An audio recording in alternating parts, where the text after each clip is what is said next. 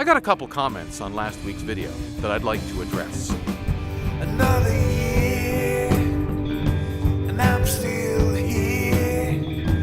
By all rights, I should be away and in the clear. Away and in the clear.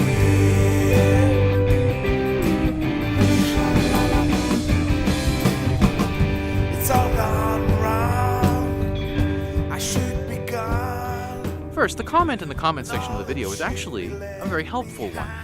This gentleman suggested that I use crowdfunding to fund my short film. I figured when I read this that I'd better address this because there's probably a lot of people who've watched last week's video and thought, well, why didn't he just use crowdfunding because it's such a popular way of raising money nowadays? I have thought of that, but the whole idea kind of makes me a little nervous. First, one of the reasons I'd like to get a arts grant is that I don't have to worry about making a profit because it's not a corporate entity that's funding me. It's a grant, so I can create my art, put it out there, and as long as it contributes to Canadian culture or whatever, then I've done what I'm supposed to do. I don't have to worry about the money anymore after the grant is finished. Crowdfunding is not from a corporate entity, not from a company, not from a grant. It's from private individuals. And I've never been comfortable asking people for money. And that's basically what a crowdfunding campaign is, asking the whole world, here's what I want to do, can you give me some money? I can do it though. So if it comes down to that, I've not dismissed the idea, but these crowdfunding sites, I'm trying to understand how they work because I'm thinking, this is too good to be true. People give you money and you get to do things with it. After looking at some of them, I noticed some of them have penalties, or you don't reach your goal. You got to set a goal, and then if you don't reach it, you get penalties. Some of them say they don't have that, but then I'm thinking, well, gee, there must be a catch of some kind. So, and since I don't understand money very well, financial statements just give me a headache. Looking at the sites, I'm thinking, am I missing something? Is there some kind of penalty that I might get stuck in that I haven't seen?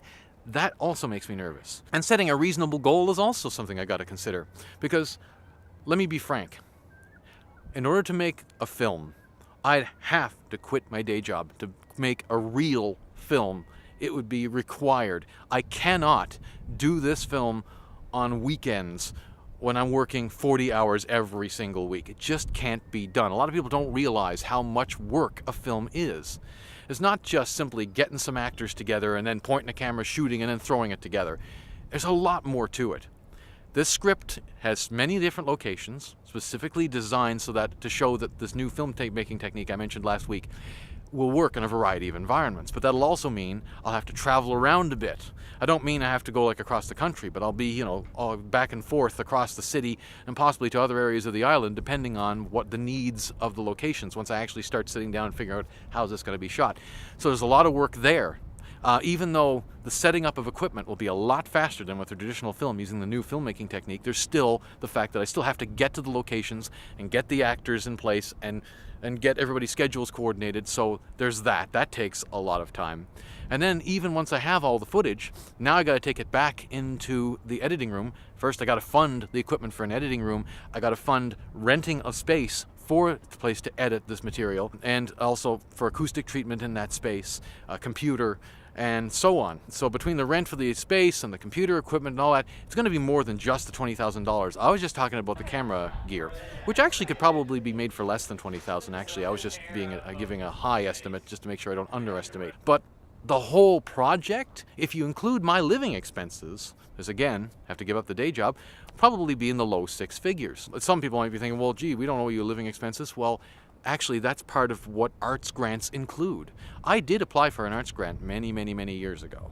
I didn't know what I was doing, so I didn't get the thing. But I did apply for it, and one of the things was listed was, what are your living expenses going to be? So yes, art grants consider this because they know art is hard to create. It's a lot of work. You can't do a day job and do a proper job of something like this. You just can't. And it's not just me.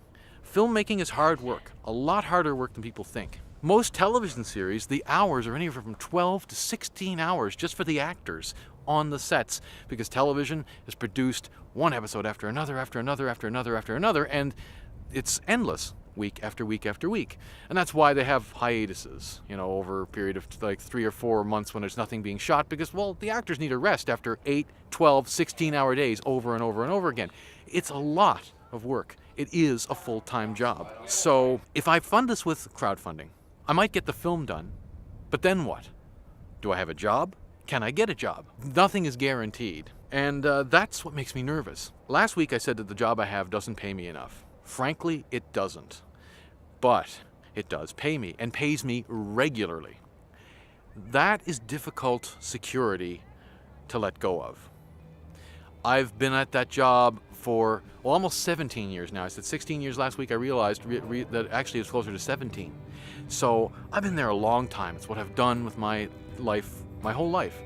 So there's naturally going to be a little bit of concern, a little bit of resistance to letting go of that security too. And even if I do, I can't just let that security go without some kind of backup plan. I still am going to need to pay my rent and my bills and eat. So basically what it boils down to is I'm concerned about losing the security. And yes, I know, any artistic endeavor is never secure financially. I get that. And that's something I gotta try to get over. The question is, how do I get over that? And what should my plan be? I don't even want to deal with money, but obviously I'm going to have to. So where's the money going to come from after the film? That's my biggest concern right now. I should be gone, and all that should be left behind is song. Left behind is song.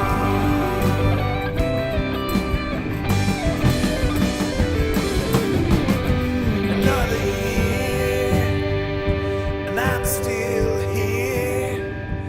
By all rights, I should be away and in the clear.